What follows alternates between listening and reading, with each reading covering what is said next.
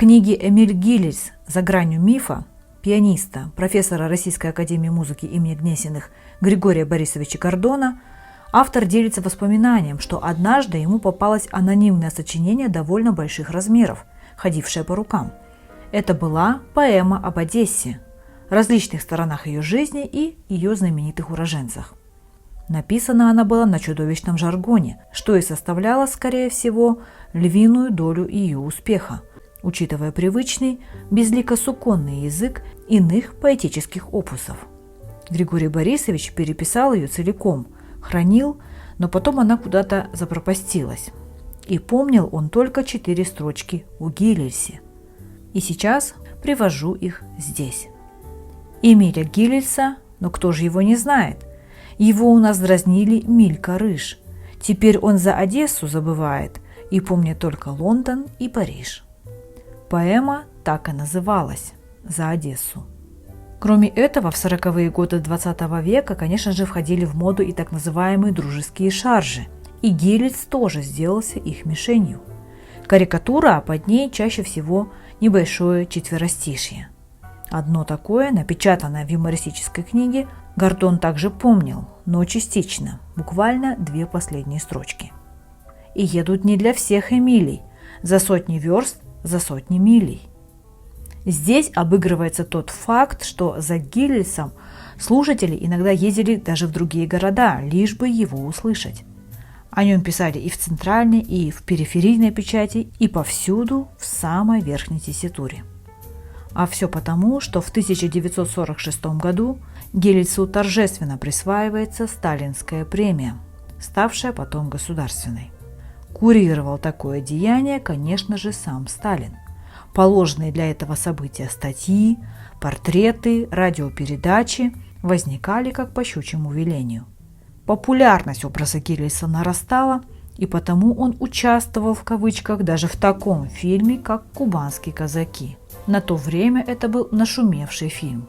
В интересующей нас сцене из фильма герой картины и его спутница приходят на сельскую ярмарку, чтобы купить пианино. Но в магазине пианино не в ассортименте, зато стоит открытый рояль. На просьбу показать товар продавец садится за инструмент. Покупатель спрашивает: «Вы играете?» На что продавец не растерялся.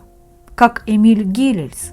На это знакомая главного действующего лица с тоской произносит: «Я его никогда не слышала, только по радио».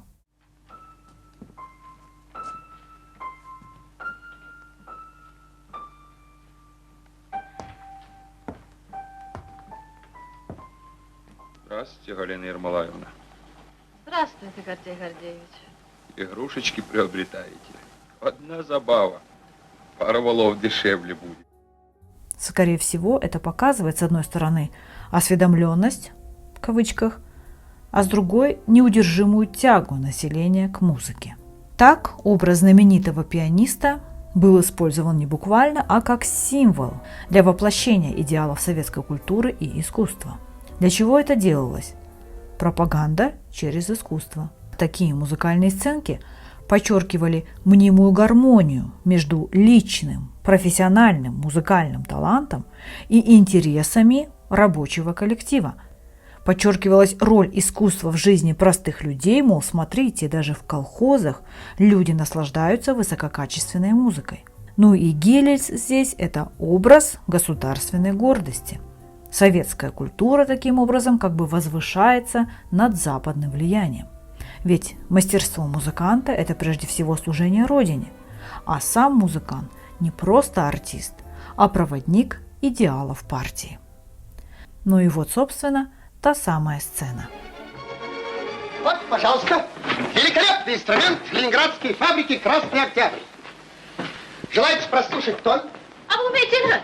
Как Эмиль Гиллельс. Сыграйте. А то я его только по радио слыхала.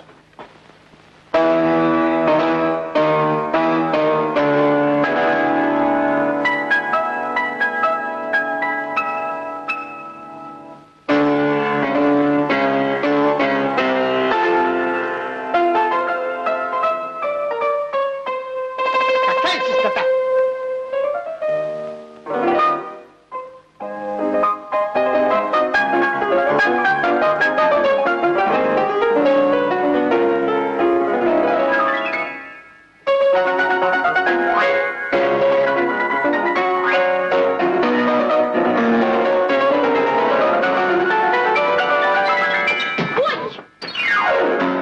Прекрасный рояль. Сам Эмиль мог бы позавидовать такому инструменту. Ставьте лайки, если информация оказалась для вас полезной и интересной. Подписывайтесь на мой канал, смотрите другие мои видео. Всем пока!